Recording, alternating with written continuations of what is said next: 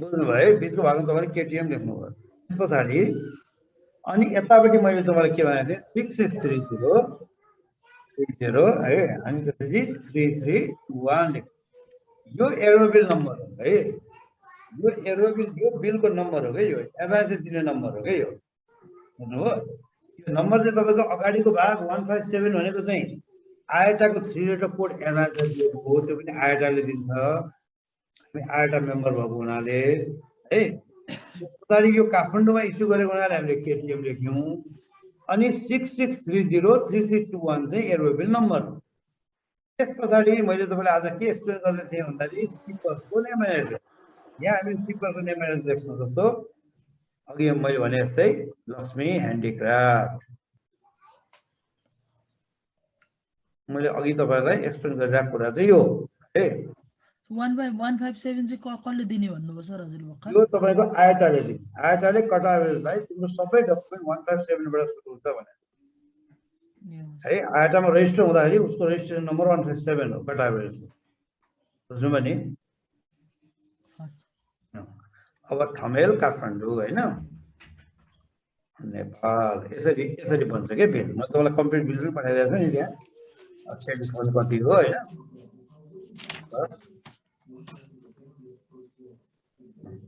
तपाईँहरू म्युटेड बस्नुहोस् ल क्वेसन सोध्नु पर्यो भने अनम्युट हुनुहोस् ल कतै ब्याकग्राउन्ड डिस्टर्बेन्स आइरहेको है ओके अब तपाईँको कन्साइनीको नेम एन्ड एड्रेस हेर्नुहोस् है अघि मैले भने जस्तै तपाईँलाई बुझ्नु सजिलो हुन्छ ज्याक्सन एन्ड सन्स है के खानुहुन्छ दादा सन्स भयो होइन ए भगवान सर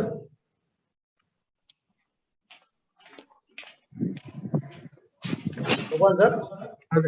यो तपाईँको फोनमा कनेक्टेड छ क्या हो यहाँ ब्याकग्राउन्ड साउन्ड आइरहेको छ ब्याकग्राउन्ड साउन्ड इको आइरहेको छ त्यसलाई ऊ गर्नु त म्युट गर्नु त ओके अब तपाईँको ज्याक्सन एन्ड सन्स भयो है अब न्युयोर्क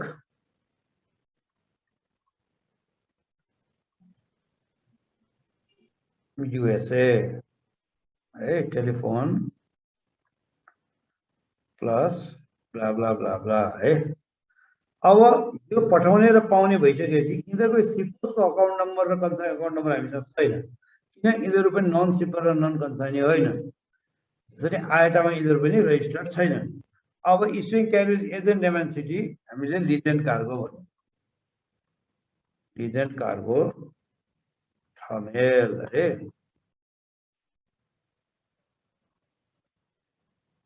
अनि यसको पनि टेलिफोन नम्बर हामीले लेख्यौँ है अब यहाँ एजेन्ट्स आयटा कोडमा हामी केही पनि लेख्दैनौँ किन भन्दा यो आयटा मेम्बर होइन अकाउन्ट नम्बर पनि हुँदैन अकाउन्टिङ इन्फर्मेसनमा दुई किसिमले सामान पठाइन्छ मैले भनिसकेँ तपाईँहरूलाई एउटा प्रिपेड अर्को चार्ज करेक्ट आज हामी प्रिपेड हेर्दैछौँ भने यहाँ हामी अब फ्रेड प्रिपेड लेख्छौँ एउटापट्टि गए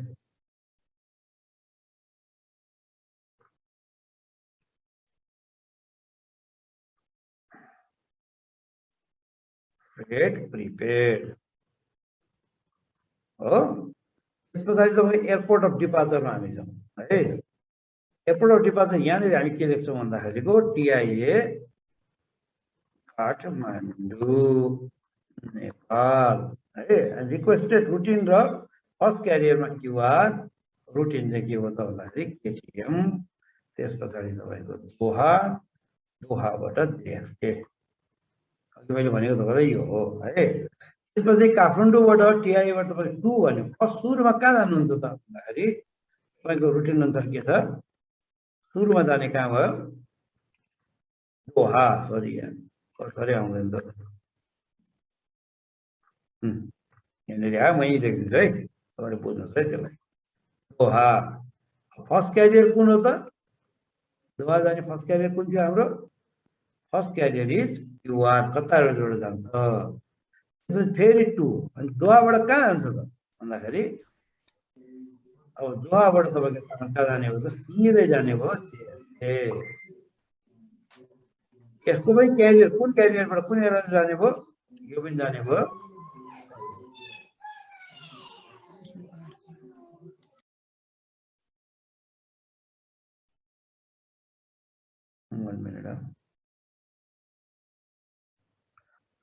पनि जाने भयो कुनबाट भन्दाखेरि QR है यसरी लेख्नु भनेको अब तपाईँको JFK पुर्याउनेसम्म JFK पुगिसक्यो अब यो बक्स त हामीले भर्नु परेन र अघि मैले भनेको हो त्यस पछाडि अब हामी आउँछौँ करेन्सीमा हामी तलमाथि भएको छ है त्यो बक्सभित्र लेख्ने हो है मैले टाइम वेस्ट नगरेँ यसमा यसलाई मिलाइराखेर करेन्सी हामी NPR लेख्छौँ है अनि यहाँनिर तपाईँको प्रिपेड कलेक्ट हो भन्ने कुरामा चाहिँ चार्जेसमा प्रिपेड हो भने हामी प्रिपेडमा कुनै एउटा टिक हल्का क्रस डेबिट लगाउँछौँ एउटा लगाउनुहोस् न मैले क्रस लगाइदिएँ है मैले क्रस लगाइदिएँ है यो प्रिपेड हो भनेको है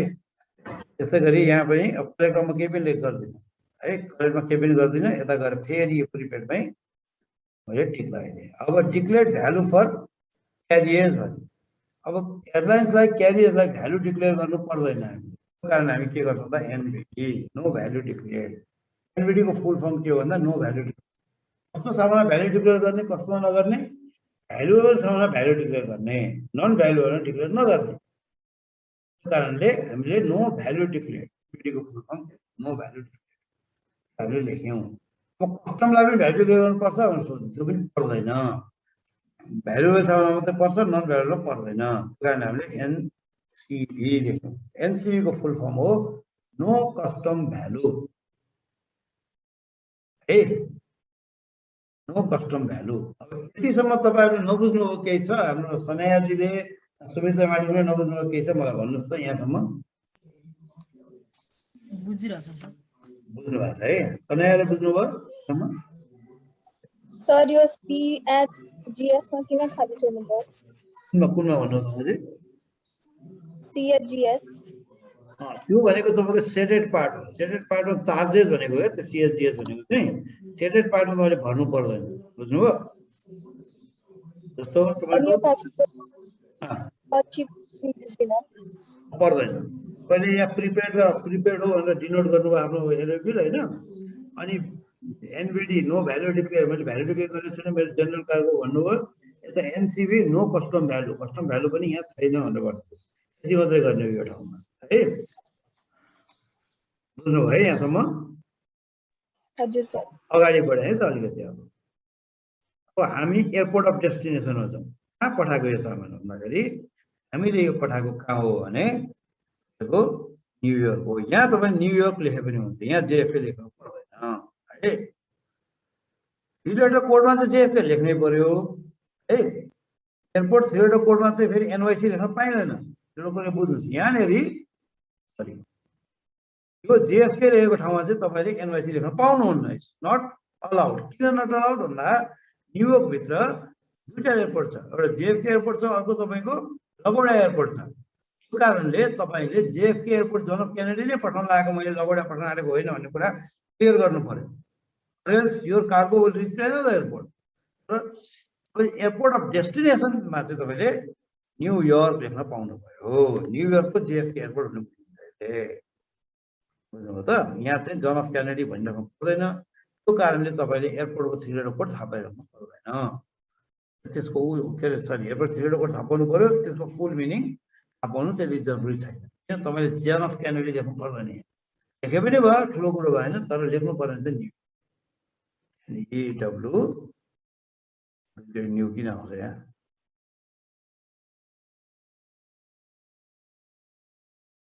के भयो टाइपै हुँदैन त्यो एकैछिन है NEW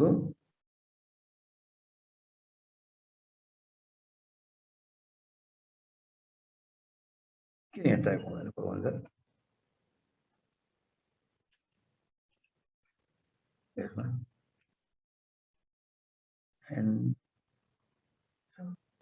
तीनचोटि आउँछ क्या अनि डिलिट गर्दा सबै जान्छ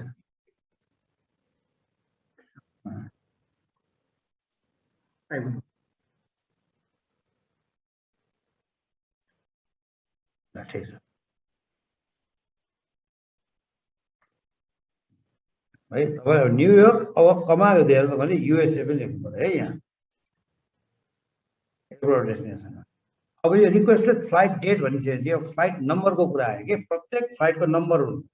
स्टार्टिङ फ्लाइट नम्बर एउटा राख्दिनु क्युआर 351 नेपालबाट जाने फ्लाइट तपाईँको नम्बर 3टा हुन्छ बुझ्नुभयो। ट्राभल्स क्युआर भनेको 351 भनेको उसको फ्लाइट कल छैन भन्न खोजेको फ्लाइट नम्बर कुन फ्लाइट नम्बर जान्छ नम्बर। अब हामीले काठमाडौँबाट पठाउने कहिले हो सपोज यसलाई हामीले अब यहाँबाट चाहिँ पठाउँछौँ फर्स्ट यहाँबाट हाम्रो डिपार्ट हुने चाहिँ 28 अक्टोबर हो भने 28 अक्टोबर 21 यो तपाईँको रिक्वेस्ट फ्लाइट हो। अमाउन्ट अफ इन्सुरेन्स तपाईँ यहाँ अमाउन्ट अफ इन्सुरेन्स चाहिँ थर्ड पार्टी इन्सुरेन्स गरेको छ भने राख्ने हो। एयर कार्गोमा थर्ड पार्टी इन्सुरेन्स गर्नु पर्दैन। तपाईँको सामान जेनरल कार्गोमा गएपछि नुन भए पनि सुन भए पनि म्याक्सिमम लिमिट तपाईँको पर केजी $20 है। पर केजी कति USD 20 अथवा योभन्दा कम छ भने तपाईँको इन्भोइस भ्यालु बराबरको सामानको चाहिँ पैसा पाउँछ। त्यो कारणले हामीले यहाँ अमाउन्ट अफ इन्सुरेन्स राख्नु पर्दैन है। यहाँ के भन्छ insurance if career offers insurance and such insurance is required in accordance with the condition of thereof indicate the amount to be insured and figure in box marked amount of insurance भनेको छ। यो कन्डिसनमा मात्रै राख भनेको छ। यो पर्दैन यो अटोमेटेड इन्सुरेन्स भएको हुनाले हामी राख्दैनौँ। अब हामी आयौँ ह्यान्डलिङ इन्फर्मेसनमा। यहाँसम्म त हामीले बुझेका छौँ है। माथिदेखि यहाँसम्म के कन्फ्युजन छ भने सोध्नुहोस् है दुईजनाले। ओके अब ह्यान्डलिङ इन्फर्मेसनमा तपाईँको सामान कति पिस हो। सपोज यो सामान हामी पठाउँदैछौँ 10 पिस है। 10 पिसेस भनेको बक्स हो। हामीले बक्सामा अथवा हामीले कार्टुनमा अथवा हामीले वुडन बक्समा हामीले मेटल ट्रङ्कमा हामीले रोल बनाएर कार्पेट रोल बनाएर लोड प्याकिङ हुन्छ। कस्तो प्याकिङ गरेको छौँ यस्तो प्याकिङलाई हामीले बक्सेस भने है। पिसेस भने पिस भनेको एउटा बक्सको सामानको पिस होइन। त्यो कारणले हामीले 10 पिस सामान पठाउँदैछौँ भने कस्तो किसिमको नेचर अफ प्याकिङ हुन्छ। अभियसली ह्यान्डिक्राफ्ट भइसकेपछि हाम्रो डिफ्रेन्ट प्याकिङ हुन्छ। कार्पेट पनि ह्यान्डिक्राफ्ट हो। अब बुद्धको सानो सानो मूर्तिहरू पनि ह्यान्डिक्राफ्ट हो। सिङ्गिङ बलहरू पनि ह्यान्डिक्राफ्ट हो होइन। अनि बुनेको उभन चिजहरू पनि ह्यान्डिक्राफ्ट हो। डिफ्रेन्ट टाइपको प्याकिङ हुन्छ। कुनै तपाईँको मेटल ट्रङ्कमा प्याक गर्नु पर्दा राम्रोसँग सेफली पठाउनुलाई, कुनै वुडन बक्समा प्याक गर्नु पर्दा, कुनै कार्पेटलाई रोल गर्नु पर्दा मैले के गरेँ एज्युम गरेँ मैले हामीले दुईवटा चाहिँ रोल गऱ्यौँ। 2 बेल्स रोल भनेको बेल गरेँ बेल बनाएँ हामीले है। त्यसपछि 3 मेटल ट्रङ्क भनेको हामीले मेटलको चाहिँ उसमा टिनको बक्सामा हाल्यौँ होइन। अनि 02 वुडन बक्सेस है। मेटल ट्रङ्क्स होइन यो वुडन बक्सेस। त्यसपछि अनि बाँकी चाहिँ कति भयो त 3 2 5 2 7 भयो होइन। अब 3 piece 03 cartons marked and address. यहाँ हामीले यो कुरा लेख्यौँ। ह्यान्डलिङ इन्फर्मेसन के भन्यो भन्दा मेरो 10 पिस सामान छ। मेरो 10 पिस सामानको प्याकिङ कस्तो छ। 2टा बेल छ, 3टा टिनको बक्सा छ, 2टा काठको बक्सा छ र 3टा कार्टुन छ है। त्यसलाई मैले मार्क पनि गरेको छु एड्रेस पनि गरेको छु। मार्क र एड्रेस भनेको के हो भने यो एरोबिल नम्बर प्रत्येक बक्समा मैले लेख्छु।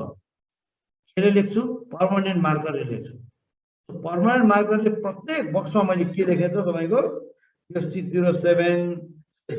157 6630 3321 नम्बर मैले लेख्छु। अनि स्ल्यास दिएर टोटल कति पिस बक्स हो मेरो T10 लेख्छु। टोटल 10 कहाँ जाने हो KTM टु JF। यो भनेको मार्क गर्नु हो। एड्रेस भनेको के हो कन्साइनी र सिपरको एड्रेस म त्यहाँ लेख्छु पर्मानेन्ट मार्कर। प्रत्येक बक्समा प्रत्येक बेलमा प्रत्येक यो मेटल ट्रङ्कमा प्रत्येक वुडन बक्समा लेख्छु मैले। किन भन्दाखेरि यो मैले टाँसेँ भने प्रिन्ट गरेर टाँसेँ भने कसैले उकाइदियो पानी परेर चाहिँ तपाईँको भिजेर चाहिँ उक्कियो भने त्यो बक्स चाहिँ तपाईँको के भन्छ आइडेन्टिफाइड हुँदैन। बक्सलाई आइडेन्टिफाई गर्नलाई मैले लिटरली मार्करले सर्फेसमै लेख्छु। यो नियम हो कार्गोको। यदि तपाईँ पनि भोलि कार्गोमा काम गर्दाखेरि त्यस्तो भेट्नु भएन भने तपाईँले कार्गो एजेन्टलाई त्यहाँ मार्किङ गर्न लगाउनै पर्छ। बुझ्नुभयो है? के भनेको मैले यहाँ मसँग सामान 10 पिस छ, यसको प्याकिङ यस्तो नेचरको हो र प्रत्येक बक्समा मैले मार्किङ पनि गरेको छु, एरोबिल नम्बर अनि एड्रेस पनि मैले के गरेको छु लेखेको छु भने यहाँसम्म बुझ्नुभयो है? यदि ह्यान्डलिङ इन्फर्मेसन म अर्को इन्फर्मेसन दिँदैछु, मेरो सामान अर्जेन्ट छ, अर्जेन्ट सिपमेन्ट म सर्ट फर्ममा लेख्छु है, सिपमेन्टलाई एसएसपिटी लेख्छु है।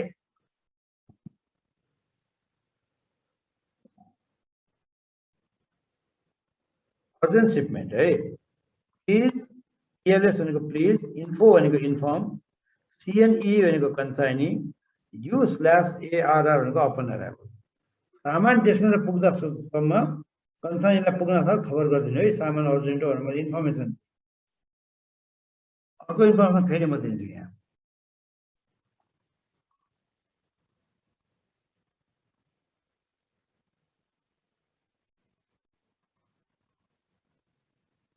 हजार आइटम छ है, मेरो फुट्ने सामान छ, फुल्ली ह्यान्डल। अर्को मैले लेखेँ फेरि इन्फर्मेसन,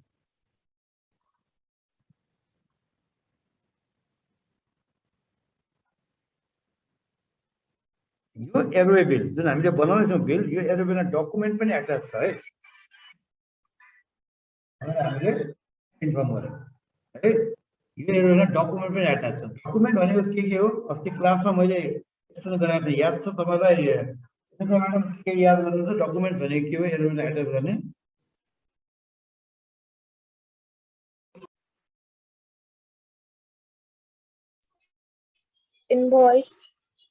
इन्भोइस अनि अरू के हो?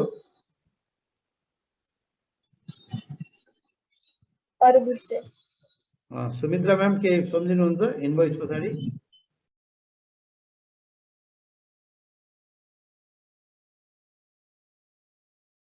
म्युटेड हुनुभयो।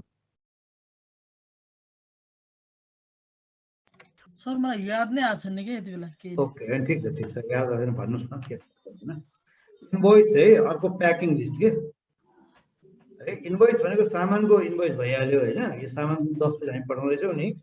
10 पिसको तपाईको इन्भोइस कति छ, भ्यालु कति हुन्छ सामान हो भनेर हैन। अर्को प्याकिङ लिस्ट जस्तो बक्स नम्बर 1 मा के सामान हामीले हालेका छौँ, बक्स नम्बर 2 मा के हालेका छौँ, 10वटै बक्सको हामीलाई प्याकिङ लिस्ट है। इन्भोइसको चाहिँ हामीलाई चाहिन्छ प्याकिङ लिस्ट। अब अर्को तपाईको थर्ड हाम्रो डकुमेन्ट के हो त इन्भोइस र प्याकिङ लिस्ट पछि भन्दाखेरि तपाईको chamber of commerce certificate of origin भन्छ नि यसलाई। मैले अस्ति भनेको थिएँ नि तपाईहरुलाई सर्टिफिकेट अफ ओरिजिन है। यो भनेको के हो सर्टिफिकेट अफ ओरिजिन भनेको भन्दाखेरि मेड इन नेपाल सामान मात्रै यहाँबाट पठाउन पाइन्छ के। यो मेड इन नेपाल हो भनेर हामीले chamber of commerce certificate of origin, यो सर्टिफिकेट अफ ओरिजिन हामीले बनाउँछौँ। र कुनै कुनै देशले कुनै सामानलाई चाहिँ कस्टममा सुविधा दिएको हुन्छ भनेको थियो नि तपाईहरुलाई। जस्तो नेपालमा बनेको कफीलाई जर्मनीमा भन्छर लाग्दैन, नेपालमा बसेको गार्मेन्टलाई अमेरिकामा भन्छर लाग्दैन भनेको थियो नि। त्यस्तो हो भने चाहिँ हजुर हजुर त्यसमा हामीले जीएसपी भन्ने डकुमेन्ट बनाउँछौँ। जीएसपी भनेको generalise system of preference, generalise system of preference. यो ट्रेड प्रमोसन सेन्टरले दिन्छ है, ट्रेड प्रमोसन सेन्टरले। यो पनि डकुमेन्ट हामीलाई चाहियो बुझ्नुभयो नि। अनि यो 4वटा डकुमेन्ट हामीलाई मिनिमम पनि चाहियो। कतिलाई के चाहिन्छ अब तपाईको नेपालको कन्टेक्स्टमा हामीले कति अमाउन्ट बराबरको सामान बराबरको पैसा पठाउने, कति फरेन करेन्सी हामीले चाहिँ इम्पोर्ट गर्छौँ नेपालमा यो सामान पठाए भए त्यो एडभान्स पेमेन्ट आएको छ हाम्रो अकाउन्टमा। एडभान्स पेमेन्टको सर्टिफिकेट एपीसी पनि हामीलाई चाहिन्छ है। यो चिजहरु हामीले के गर्छौँ त यसको एक कपी हामीले एयरवे बिलमा एट्याच गर्छौँ के। यो भनेको डकुमेन्ट्स एट्याच विथ एयरवे भनेको यही हो। तपाईहरुले यो ह्यान्डलिङ इन्फर्मेसन मैले लेखेको कुराहरु बुझ्नुभयो?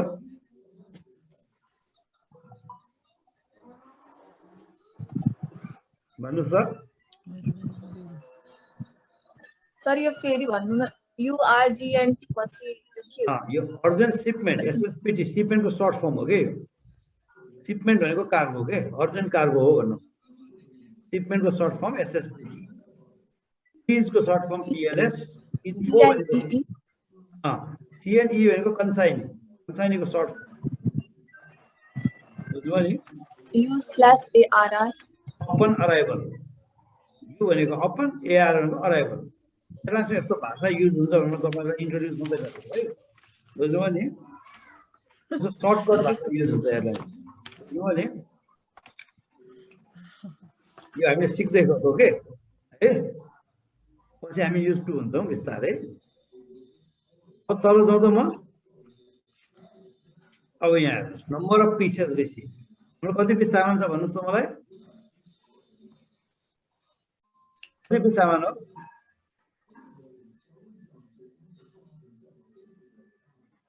हामीले कति पिस सामानको बक्सेसहरु हो sir a 2 bells 3 metal trunk जस्तै हो कति पिस भयो त टोटल 5 6 7 8 9 10 वटा 10 वटा हैन अब 10 पिसेस सामान भयो है 10 पिसेस अब यसको वेट ग्रस वेट भनेको के हो त ग्रस वेट भनेको हामीले तराजुमा राखेर वेइङ स्केलमा राखेर यसको आको वेट सबै सामान हामीले वेइङ स्केलमा राख्यौं अनि यो कति केजी भयो भने यो सपोज 800 केजी भयो भने यसको ग्रस वेट यो बुझ्नुभयो नि 800 हामीले यहाँ केजी लेखिराख्नु पर्दैन म्याडम किनभने यहाँ केजी हो कि एलबी हो भनेर सोधिरहेछ हो सानो केजी कि एलबी भनेर सोधिरहेछ एलबीमा हामी यहाँ के लेखिदिन्छौँ केजी हो है भनेर सेडेड पार्टमा आयो सेडेड पार्टमा राख्नु पर्दैन के बक्समा लेख्छौँ त्यसपछि रेड क्लास के हो भनेर सोधिरहेछ यहाँ हामी क्यू लेख्छौँ रेड क्लास भनेर माथि आयो नि यहाँ हामी क्यू लेख्छौँ क्यूको मिनिङ हो क्वान्टिटी रेट भनेको क्वान्टिटी रेट भनेको जेनरल कार्गो यदि यहाँ हामीले कुकुर पठाउँथ्यौँ बिरालो पठाउँथ्यौँ अब सुन चाँदी पठाउँथ्यौँ भने यो क्यू लेख्न मिल्दैन बुझ्नुभयो त्यो भनेको चाहिँ स्पेसल कार्गो हो स्पेसल कार्गो हामीले सी लेख्छौँ क्लास रेट भनेर रेट पनि फरक फरक हुन्छ डिफ्रेन्ट रेटहरू हुन्छ कार्गो जेनरल कार्गोमा तपाईँले क्यू लेखेर देख्नु अघि मैले तपाईँलाई उसमा हालिदिएको कार्गो एरोमा क्यू लेखाएको छ अघि मैले भरे बनिसकेको एरो पनि पठाइदिएको छु नि तपाईँहरूलाई तपाईँले क्यू लेखाएको छ भनेको क्वान्टिटी रेट जेनरल कार्गो हो यो भनेको है बुझ्नुभयो यस सर म फास्ट छु भने भन्नुहोस् है फेरि अनि तपाईँ यो कमोडिटी आइटम नम्बर भन्ने छ नि यहाँ अहिले हामी केही पनि नलेखौँ यो किन राखेको भन्दाखेरि प्रत्येक कमोडिटीको आइटम नम्बर हुन्थ्यो र प्रत्येकको रेट फरक हुन्छ मैले तपाईँलाई किताब पल्टाएर देखाएको थिएँ नि अस्ति एउटै केजी सामानको कति कति रेट थियो कमै थियो नि रेटहरू होइन अब तपाईँको 500 केजीको चाहिँ डिफ्रेन्ट रेट थियो कमोडिटी आइटम लेखेको थियो त्यो कारणले हामीले त्यो रेट राख्ने हो भने चाहिँ कमोडिटी आइटमलाई राख्नुपर्छ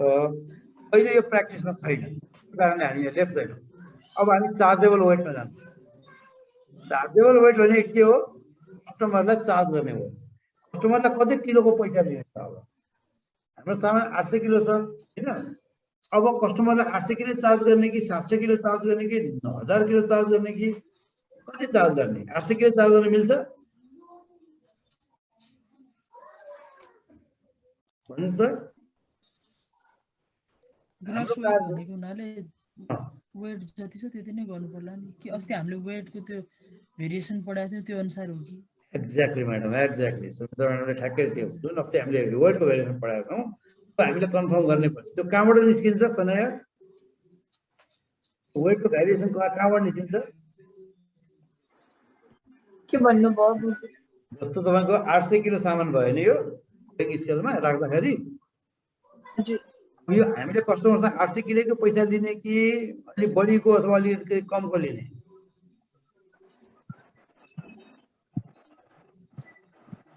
800 केजीकै लिने त्यो 800 केजीको लिन मिल्दैन अघि सुमित्रा म्याडमले जुन भन्नुभयो नि अस्ति मैले वेटको भेरिएसन देखाएको थिएँ नि तपाईँलाई त्यो 10 पिस कार्गोले कति स्पेस अकुपाई गर्छ त्यो अनुसार पैसा लिने हो के बुझ्नुभयो नि जहाजमा लोड गर्दा यो 10 पिस कार्गोले कति केजीको स्पेस अकुपाई गर्छ भोल्युम हेर्नुपर्छ हामीले बुझ्नुभयो त्यो कारणले हामीलाई चार्जेबल वेट थाहा छैन कतिको पैसा लिने अहिले हामीलाई थाहा छैन किन थाहा छैन हामीले बक्सको साइज नापेको छैन बुझ्नुभयो नि दुईजनाले बुझ्नुभयो यो कुरा त्यो कारण हामी यहाँ केही पनि लेख्दैनौँ यो नलेखेपछि रेट पनि आउँदैन रेट नआइसकेपछि टोटल पनि आउँदैन हामी एकैचोटि नेचर एन्ड क्वान्टिटी अफ गुड्समा जान्छ यहाँ हामी लेख्छौँ सामान के हो भन्दा पहिले हामी सामान लेख्छौँ तामान के हो भने यसलाई पनि सर्ट फर्ममा लेख्छौँ है हामी एच क्राफ्ट भनेको ह्यान्डिक्राफ्ट हो है बुझ्नुभयो है एच क्राफ्ट ह्यान्डिक्राफ्ट लेख्यौँ हामीले अब यसलाई हामी लेख्छौँ डाइमेन्सन्स इन सीएम अहिले सेन्टिमिटरमा लियौँ हामी है अब प्रत्येक बक्सको लागि हामीले के गर्छौँ त सेन्टिमिटरमा यसको डाइमेन्सन लिन्छौँ बुझ्नुभयो नि डाइमेन्सनको हामीले के भन्छ इन्ची टेप लिएर यसको लम्बाइ चौडाइ र उचाइ नाप्छौँ प्रत्येक बक्सको सपोज यो दुईटा बेलको एउटै साइज होला है अब हामी लेखौँ 120 into 120 into अनि 40 into 40 is equal to 2 pieces. बेलको एउटै साइज छ 120 लम्बाइ छ 40 चौडाइ छ 40 उचाइ छ भने यो दुईटाको चाहिँ यो डाइमेन्सन भयो भनेर मैले लेखेँ बुझ्नुभयो मैले नापेँ सामानलाई है बुझ्दै हुन्छ यहाँसम्म हजुर Yes, sir. अब हामी तल है अब हामीलाई अरू बक्स पनि छ अब दुईटा तिनटा मेथडमा गयो सपोज एउटै साइज छ भनेर हामी एज्युम गरौँ न है 50 into 40 into 30 यो साइज हाम्रो तीनटा मेथड ट्रङ्कको 3 पिसेस त्यसै गरी तल आउनेमा तल आएर फेरि अब तपाईँको 40 into 45 into 47 हैन यो मैले हाइपोथेटिकल गरेर राखेको है त नाप्दाखेरि आउँछ भने बुझ्नु सक्नु भयो भने कति गर्दाखेरि 2 पिसेस भयो नि यो चाहिँ 2 पिसेस भयो त्यसपछि तल आएर 50 into 45 into 45 यो हेर्नु दोस्रो बक्सको डाइमेन्सन साइज आयो है 3 3 6 2 8 2 10 को आयो नि अब तपाईले आजको वेट लेख्नुभन्दा अगाडि यो डाइमेन्सनलाई हिसाब गर्नुपर्ने हुन्छ मैले तपाईलाई हिसाब गर्न सिकाएको थिएँ जस्तो लाग्छ कि छैन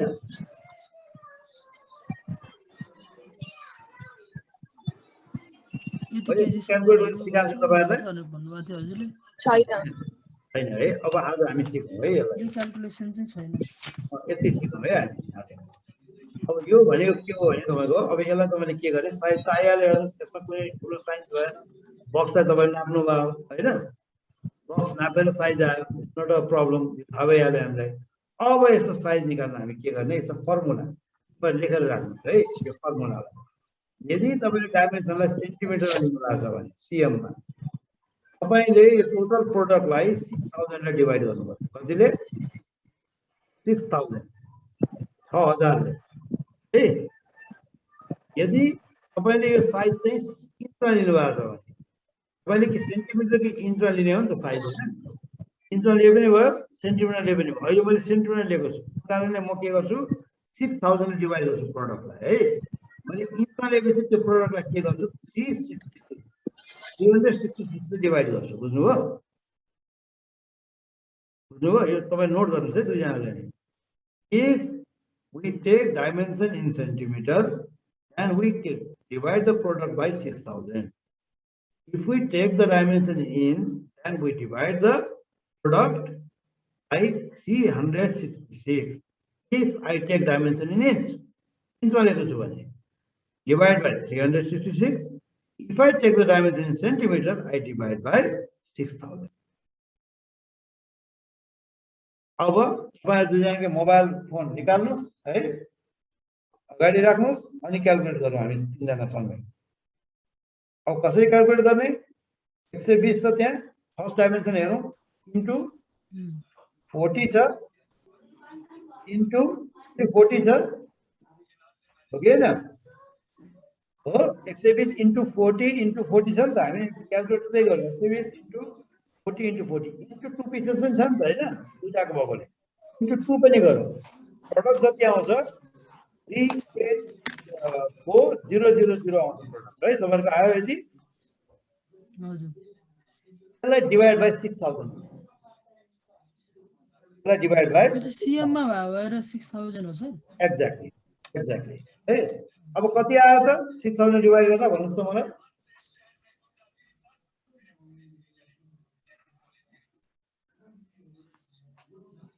कति आयो 120 into 40 into 40 into 2 divided by 6000 गर्नु त कति आयो 64 64 बनाएको 64 आयो बनाया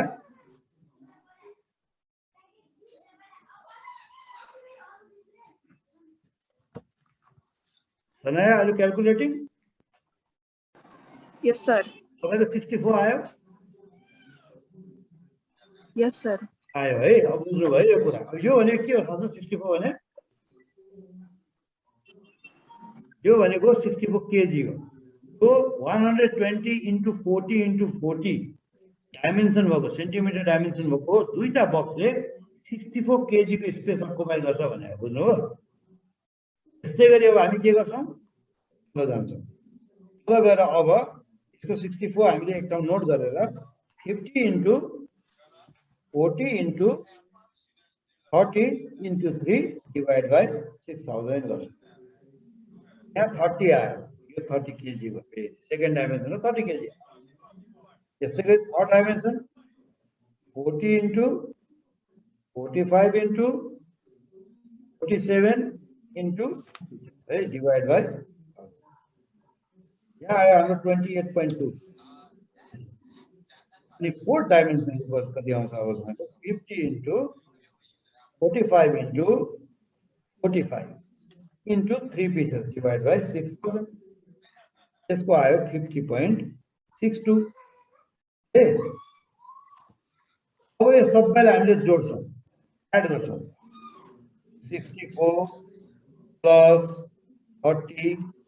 plus 28.2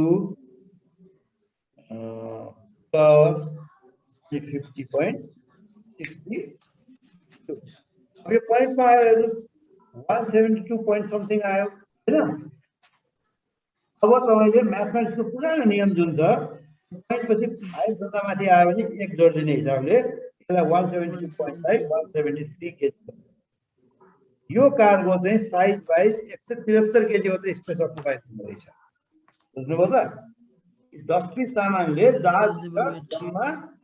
173 केजी मात्रै स्पेस अकुपाई गर्छ हाम्रो सामान कति केजी हो 800 केजी हो हैन त 800 केजी हो त सामान त ग्रस वेट चाहिँ 800 केजी हो ग्रस वेट भनेको तपाईको हामीले त सामान जोखेर वेट दिने हो 800 केजी सामान हो तर डाइमेन्सन वाइज जम्मा 173 केजी मात्रै सामान ठाउँमा ओगट्ने रहेछ यसको मतलब के कस्टमरसँग हामी 173 केजी मात्रै पैसा दिन्छौं त इट्स अ बिजनेस सर लिनै मिल्दैन नि हो यही कुरा आउट अफ ग्रस वेट और volume weight whichever is higher is charge यो तपाईले बुझ्नु out of gross weight and volume weight जहिले पनि हामीले ग्रस वेट आइसकेपछि भोल्युम वेट निकाल्छौं कार्गोमा निकालिसकेपछि आउट अफ ग्रस वेट र भोल्युम वेट कुन हायर हुन्छ त्यो चाहिँ चार्ज हो यहाँ कुन हायर हो त 800 केजी ग्रस वेट हायर हो हैन त्यो कारणले अब चार्ज वेट बल्ल तपाईको आयो यो कार्गोमा अघि हामीले लेख्न नमिलेको कारण त्यो थियो अब हामी मजाले लेख्छौं चार्ज वेट कति त 800 भनेर लेख्छौं अब हामी ओके हैन बुझ्नुभयो नि भने बुझ्दै हुनुहुन्छ Yes, sir. अब यदि यो डाइमेन्सन थिएन डाइमेन्सन यहाँ 120 को ठाउँमा 420 थियो यो 40 को ठाउँमा 140 थियो यहाँ 140 थियो कति डाइमेन्सन थियो अनि हामीले यसरी नै क्याल्कुलेट गर्दाखेरि हाम्रो भोल्युम वेट चाहिँ सपोज 900 केजी आएको भए तपाईको चार्ज वेट कति हुन्थ्यो भन्नुस् न मलाई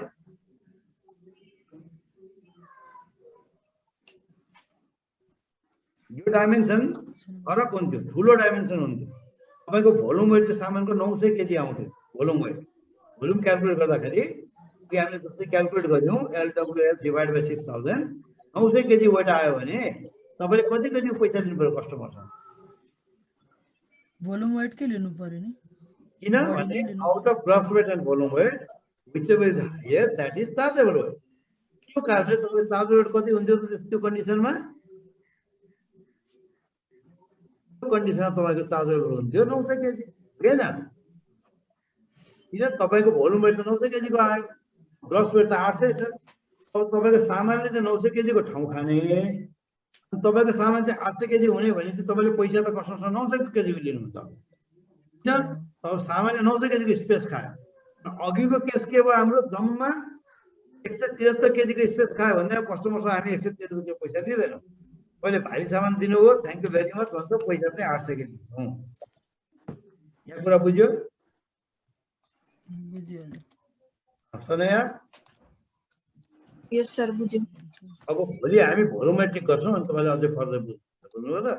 के रोड बनाउँछ हामी भोलि पनि है भोल्युमेट्रिक गर्छौं अनि तपाईले अझै बढी बुझ्नु अब यहाँ रेट चार्ज कति लगाउने त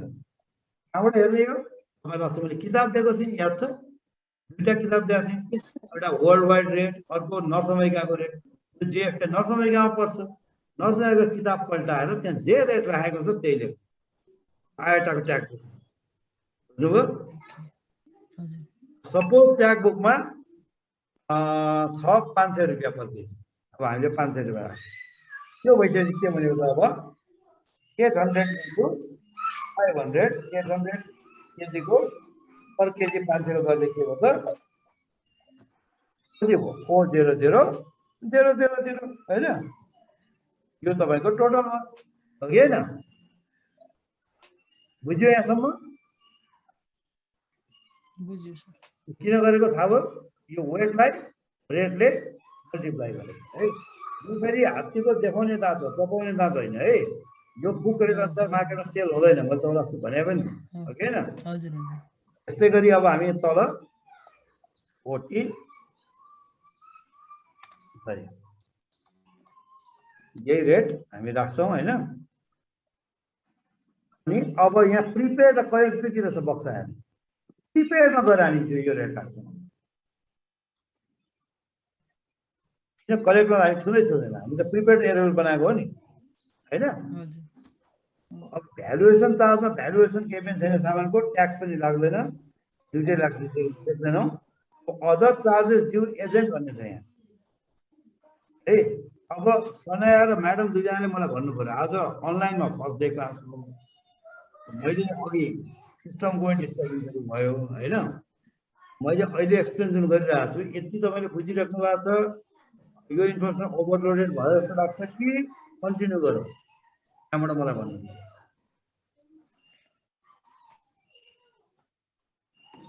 कन्टिन्यू गरौँ सर गरौँ सनया बहिनीले के भन्नुहुन्छ हजुर यु आर ओके ल ओके लेट्स कन्टिन्यू है अब यो तपाईको अदर चार्जेस भन्ने तपाई पुगेपछि यहाँनिर आएर के भयो त भने तपाईलाई अरु चार्जेस त थाहा छैन एरोबिलमा यो रेट देखि बाहेक अरु चार्ज पनि लाग्छ यो अदर चार्ज भने यहाँ बक्छ नि अब हामी यो बक्न जानुपर्छ अदर चार्ज यहाँ हामी एउटा लेख्छौँ एडब्ल्युसी यो भनेको एरोबिल चार्ज हो यो बिलको पनि पैसा लाग्छ के जुन बिल बनाउनुहुन्छ नि तपाईहरुले यसको पैसा लाग्छ फ्ल्याट रेट लाग्छ सपोज यसको दाम छ 500 रुपैयाँ 500 है 10 केजी हो यो एरोबिलमा 500 किलो सामान गए पनि 5 किलो सामान गए पनि 5000 किलो गए पनि for this bill you will pay 500 रुपैयाँ है बुझ्यो है यो कुरा अब त्यसपछि B/A ड्यू एजेन्ट कार्गो एजेन्टले अरु सर्भिस दिए बापत उले पाउनु पर्ने पैसा उले ट्रान्सपोर्टेसनको लागि गाडी दियो होला तपाईहरुलाई कस्टम क्लियरेन्स गर्दियो होला डकुमेन्ट बनाइदियो होला कार्गो एजेन्टले अरु पनि काम गर्दियो होला नि त यो सामान पठाउनदेखि पाए यो सबै कामको उले फ्ल्याट पैसा दिने हो मेरो टोटल बिल 20000 को भयो भने अब कार्गो एजेन्टले के भन्छ ड्यू ए भनेको ड्यू टु एजेन्ट एजेन्टले पाउनु पर्ने पैसा सपोज 20000 एजेन्टले पाउने पैसा भयो है खुलाउनु पर्दैन ट्रान्सपोर्टको यति प्याकिङ गर्दिएको यति उसको यति खुलाउनु पर्दैन एजेन्टले टोटल पाउनु पर्ने पैसा 20000 भयो है त्यसपछि तपाईको अब एफएससी भने के हो फ्युल सरचार्ज यो फ्युलको रेट कहिले बढ्ने कहिले घट्ने भएको हुनाले बढ्दाखेरि एयरलाइन्सले रेटै रिभाइज गर्दैन। उसले के भन्छ त भन्दाखेरि फ्युलको रेट बजारमा बढ्यो, तिमीले पर केजीको हिसाबले फ्युल सरचार्ज तिर है मलाई भन्छ। अब यो फ्युल सरचार्ज चाहिँ एयरलाइन्सको कति छ, एयरलाइन्सले तपाईँलाई रेट दिएकै हुन्छ। फ्युल सरचार्ज सपोज 15 रुपियाँ पर केजी भने अब हामीले 15 रुपियाँ पर केजी इन्टु ग्रस वेट, जी 15 रुपियाँ पर केजी इन्टु ग्रस वेट गर्छौँ। अब यो 15 रुपियाँले के गर्छौँ त 800 लाई हामीले मल्टिप्लाई गर्छौँ है, 15 इन्टु 800 अब कति आयो त 12,000 आयो होइन। यो तपाईँ फ्युल सरचार्ज हो। त्यस पछाडि एसएससी, यो 9/11 पछि के हुने हो, कारको 2 ठाउँ 3 ठाउँ स्क्रिनिङ हुने है, त्यसले गर्दा कस्ट बढ्यो। सेक्युरिटी पनि सरचार्ज लगाउनु थाल्यो। खर्च बढेपछि त तपाईँको फेरि रेटमा इन्क्लुड गर्न गाह्रो भयो। अनि सेक्युरिटी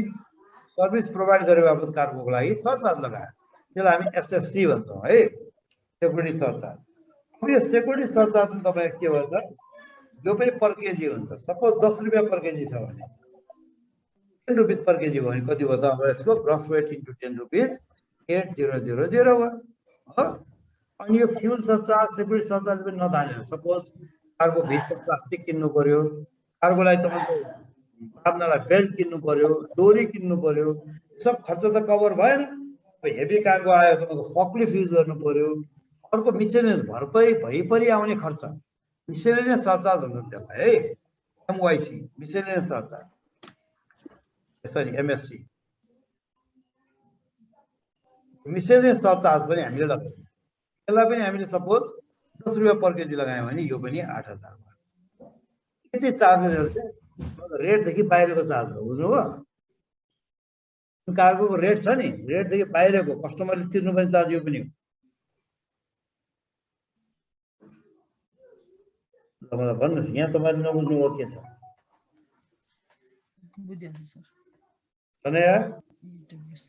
सर बुझे बुझ्नु भयो यहाँसम्म? अब तल टोटल चार्जेस ड्यू एजेन्ट भने यहाँनिर यो भ्यालुएसन चार्ज चाहिएन, ट्याक्स छैन। अब यहाँनिर आयो टोटल चार्जेस ड्यू एजेन्टमा। एजेन्टले कति पैसा पाउने भएछ त यहाँ, डिए भन्ने पैसा पाउने हो कि एजेन्टले 30,000 पाउने हो है। अनि यो एरोबिल चार्ज पनि एजेन्टले नै पाउने हो 500 भनेपछि हामीले 20500 कसले गर्छ तपाईँको यो एजेन्टले पाउने भयो, बुझ्नुभयो नि। किन एजेन्टले पाउने एरोबिल चार्ज भन्दाखेरि आजकल तपाईँको यो एरोबिल एयरलाइन्सले टाइप गर्दैन के, यो न्युट्रल एरोबिल हुन्छ, यो फ्रेट फरवर्डर्स एसोसिएसनले टाइप गर्छ अनि उसलाई दिन्छ। के भन्छ एजेन्टले त्यो युज गर्ने भएको हुनाले त्यसको पैसा पनि एजेन्टले चाहिँ एयरलाइन्सले लिँदैन 500 रुपियाँ पनि है। त्यो कारणले यो 500 चाहिँ हजुरले यो 500 भन्नुभयो नि एडब्ल्युसी, त्यसको फुल फर्म के हो? Airway bill charge, airway bill charge है, एयरवे बिल इस्यु गरेको चार्ज, एयरवे बिल चार्ज, बुझ्नुभयो है। अब तपाईँको ड्यू क्यारियर भनेको अब एयरलाइन्सले पाउने पैसा, एयरलाइन्सले यो एयरवे बिल चार्ज पाएन किन उसले टाइप गरेको एयरवे बिल होइन यो है, यो एयरवे बिल चाहिँ यहाँ लोकली टाइप गरेको भयो। अनि ड्यू एजेन्टले पाउने त एयरलाइन्सले पाउने कुरो भएन। अब यो फ्युल सरचार्ज, सेक्युरिटी सरचार्ज र मिसलेनियस सरचार्ज चाहिँ कसले पाउने हो त, क्यारियरले पाउने हो। एयरलाइन्स भनेको क्यारियर हो। अब यो तिनटालाई जोडो भयो, जोड्दा के हो त 12000 प्लस 8000 प्लस 8000 त्यहाँ 28000 हो कि होइन। यो चाहिँ एयरलाइन्सले पाउने पैसा हो।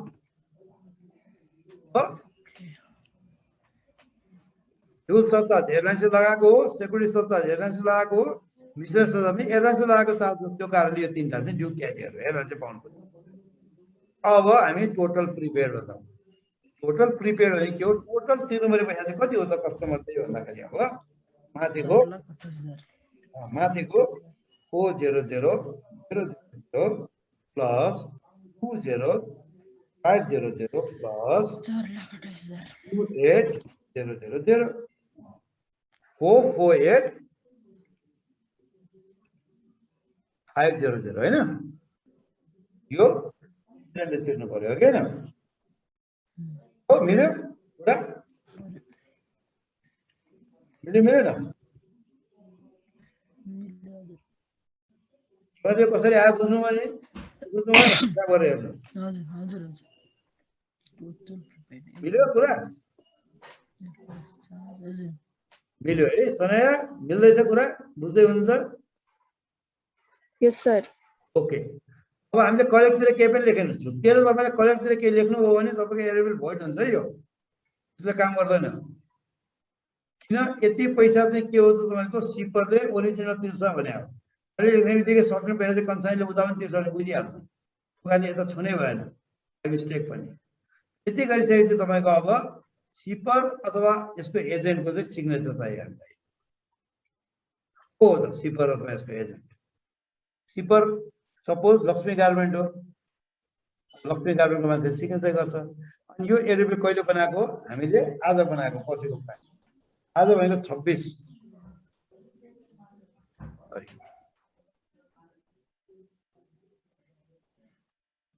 आज भनेको 26 भयो हैन हामीले 26 अक्टोबर ओसिटी 21 एट कुन ठाउँमा बनाएको एट प्लेस भनेको एटीएम मा बनाएको है अनि लिजेन्ड कार्गोको सिग्नेचर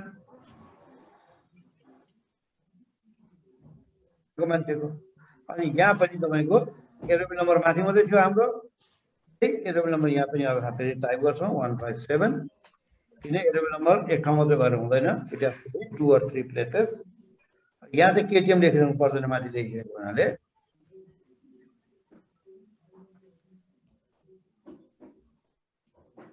यो एरोबल प्रिपरेसन सक्यो तनया र सुमित्रा म्याडम दुईजनाले नै यो एरोबल कम्पिटिसन तपाईले गर्नुभयो है अब तपाईले भोलि म तपाईलाई केसेस दिन्छु आफै सल्भ गर्ने ट्राई गर्नु सकिन्छ सर एउटा माथि एससीआई थियो त्यसमा भर्नु पर्दैन के त्यसमा भर्नु पर्दैन है यति हो भन्ने हामीले अनि यो तल छ नि करेन्सी कन्भर्सन रेट छ नि यो पनि पर्दैन यो ताज कलेजमा पर्छ डेस्टिनेसनमा पैसा लिने भएपछि त हामीले एरोबल नेपालीमा बनाएको हुन्छ डेस्टिनेसन सपोज लन्डन गयो जीबीपीमा पैसा तिर्छ नि त्यहाँ कम्पनीले त्यो कारणले यहाँ कन्भर्सन रेट हाल्नुपर्छ प्रिपेडमा त नेपालीमा पैसा तिर्ने भएको हुनाले त्यो पनि पर्दैन है for carriers use only at destination भनेको छ नि यो त्यसमा हामीले पर्दैन यो CC in destination currency conversion rate चाहिँ हामीले कलेक्टमा मात्रै हाल्ने है सपोज कन्साइनीले पैसा तिरेर सामान लग्ने भयो युएसए भने त उसले डलर तिर्ने भयो युएसडीमा नेपाली यो 44850 को कुन रेटमा कुन आरओई रेट अफ एक्सचेन्जमा उसले पैसा तिर्यो त भन्ने देखाउनलाई मात्रै यो चाहिने बुझ्नुभयो अब तपाईहरुले यति गरेपछि एरोबल प्रिपेयर गर्नुभयो तपाईलाई अर्को पठाउनलाई चाहिने बिल बनाउन आयो अब भोलि हामी के गर्छौं फेरि अर्को केसमा आज कलेक्ट बनाउँछौं अनि त्यसपछि हामीले ग्रस वेट भन्दा बढी वेट भएको सामानको एकचोटि ट्राई गर्छौं अनि एकचोटि तपाईहरुलाई म बनाउन दिन्छु अनि मलाई पठाउन लगाउँछु कतिको बुझ्नुभयो है अनि मात्रै हामी कोर्स अगाडि बढाउँछौँ भन्नु खोजेको के त यो बनाउनु जरुरी यो बुझेपछि तपाईले कार्डको धेरै कुरा बुझ्नु है आज यो कुरामा के क्वेशन छ तपाईहरुलाई सनया बुझ्नुभयो के क्वेशन छ छैन यसलाई तपाईले नोट गरेर राखे पनि भयो सर्ट गरेर राखे पनि भयो अथवा भोलि हामीले फेरि डिस्कस गरे पनि भयो है भोलि अर्कै केसमा अर्कै उसमा हामी डिस्कसन गर्छौं फेरि यही टाइम गरौँ हामी फोनै गरौँ कि के गरौँ भन्नुस् त कुन टाइम तपाईलाई कन्भिनियन्ट भइरहेछ